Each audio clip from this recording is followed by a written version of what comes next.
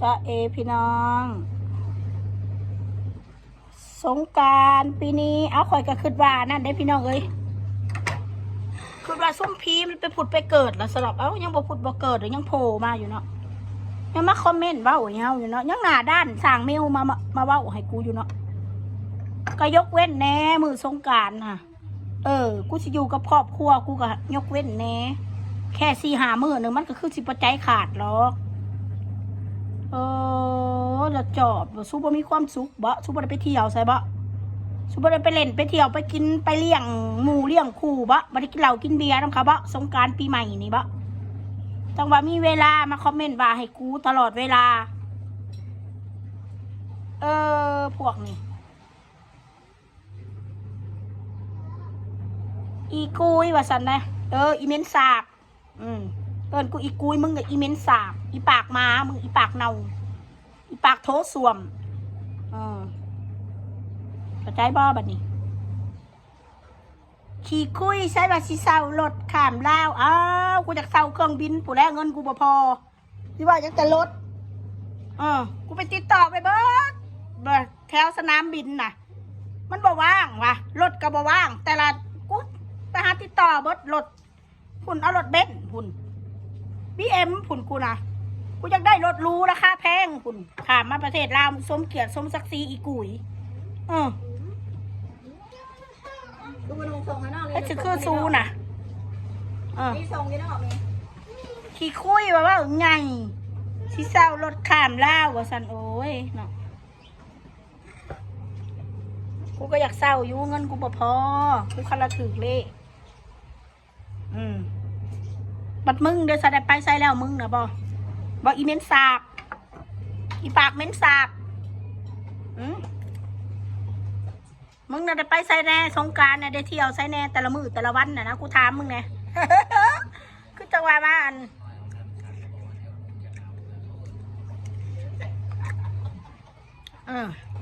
มึงก็ยังกลัว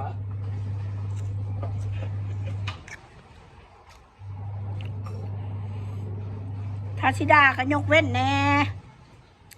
วันพระวันโกนน่ะวันชินวันพระน่ะจะเป็นซุปเปอร์ย่านบาปย่านเว้นนะเนาะซุปเปอร์ย่านบาปกรรมตามสนองขมองมาสู่ไรเนาะแต่แม่อยากเว้าแท้ๆเว้าสะครอบครัวคนสู้เป็นยังเว้าแล้วสู้ได้ยังได้รางวัลบอกมีคนโอนเงินให้สู้แดกสู้กินบอกสู้จังหวะมวนกันแท้บ่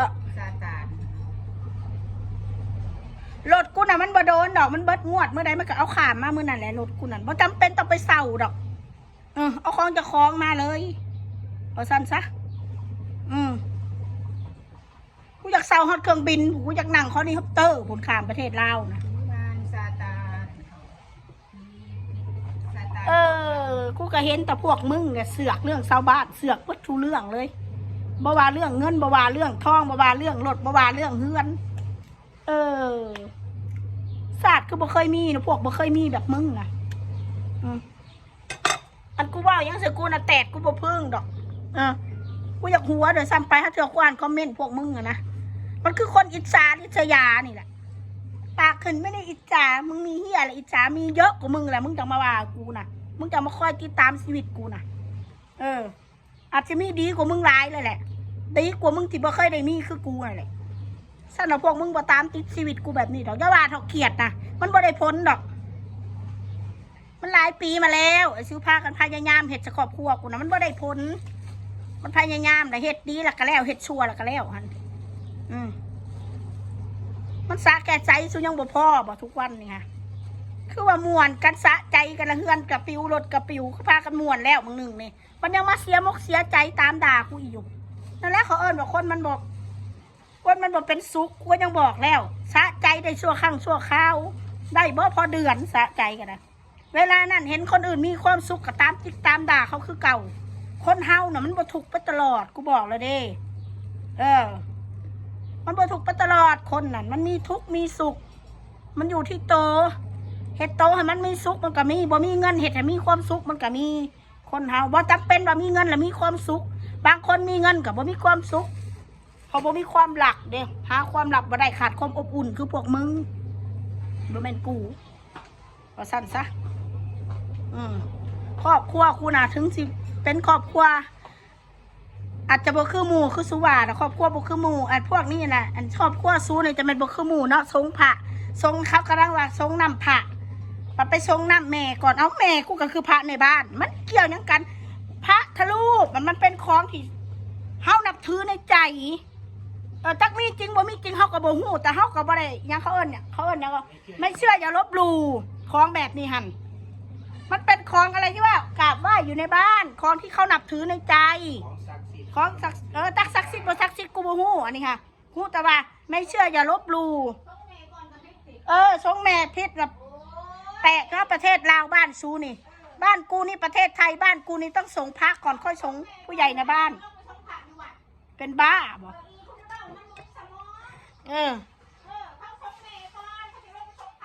ก็แล้วแต่ซูบ้านซูอันนี้กับบ้านกูแต่ละคนมันก็บ่คือกันซูบ่ต้องมาเว้าดอก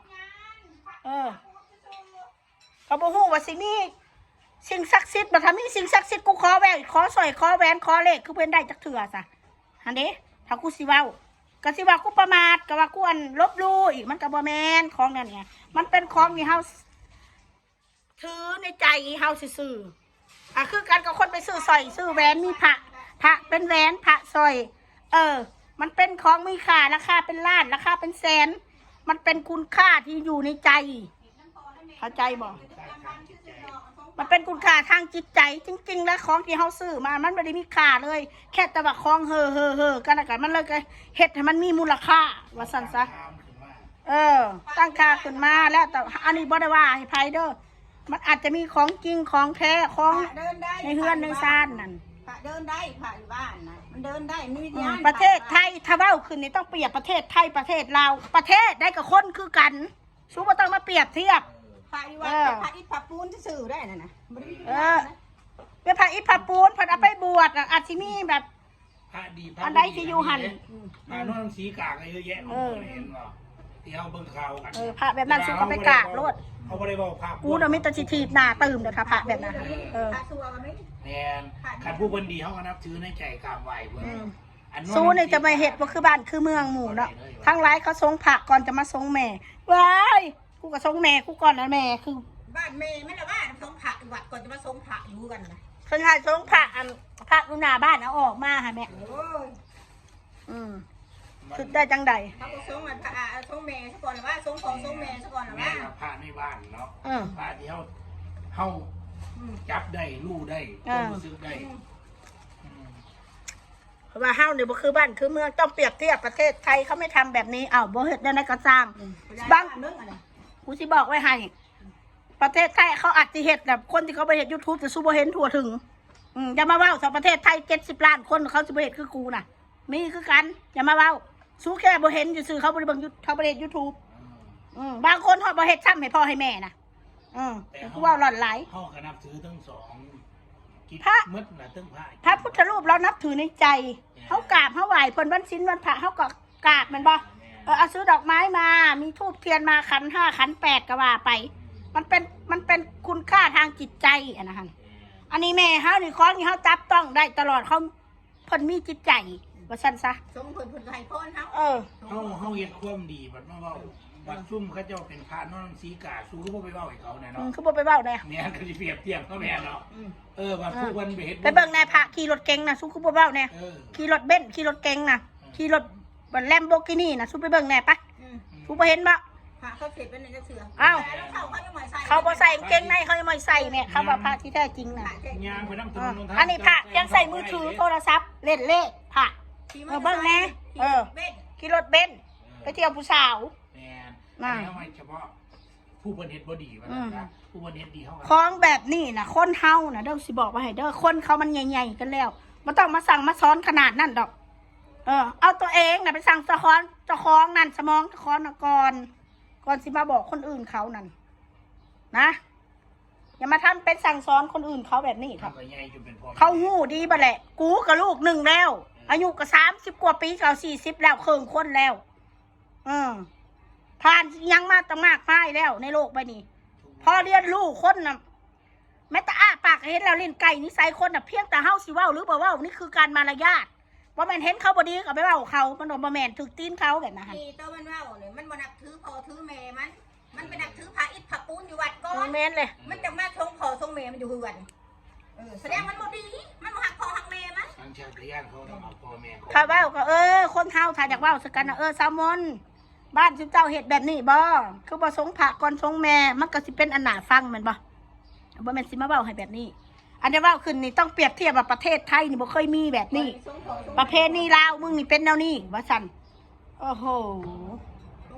ประเทศลาวมันเป็นอะไรประเทศลาวนี่มันบ่แม่นคนบ่สู้จะคือมาเหยียบมาย่ำคักแท้คำว่าประเทศลาวนี่ประเทศไทยพักกะฮัก มันบ่เคยมาเที่ยวลาวมันบ่ฮู้จังมันเว้านั่นน่ะมันมามันก็มาเที่ยวลาวมันแล้ว ประเทศแล้วกูมื้อนี่ก็เบิ่งแน่ข่าวนะสู้เบิ่งแน่จักมันสิยังหรือบ่ทั้งในโลกไปนี่หั่นกูย่านมันสาบสูญไปเบิดนำกันนี่ ความเจริญคือกันประเทศลาวก็ได้ เบิ่งแน่ภัยพิบัตินะอยากไผใหม่อยากน้ำท่วมก็ท่วมอยากไผใหม่ก็ไผใหม่อยากแผ่นดินไหวก็แผ่นดินไหวทางที่ดีนะ50เอาชีวิตนั่นให้รอดแต่ละครอบครัวน่ะมาหายากคนอื่นเขาอิจฉาพวกนี้โอ้อิจฉาคนพวกบ่มีพ่อมีแม่บ๊ายบายบ่ลูกบ๊ายบายก็บ๊ายบายเอาไปแล้ว